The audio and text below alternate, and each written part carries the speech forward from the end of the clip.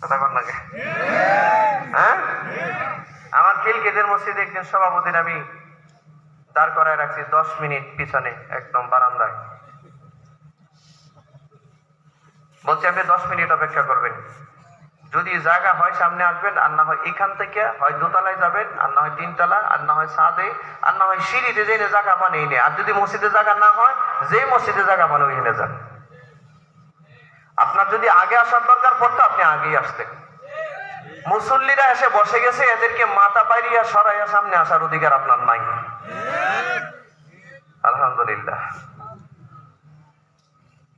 আলহামদুলিল্লাহ। এটা অহংকার না, দাম্ভিকতা না, অহংকার না। খুতবার পরে মসজিদের মুয়াজ্জিন বলে যে হুজুর গাঠি বুঝকা গুল করে এলাম, এটাই শেষ খুতবা, আর খুতবা লাগবে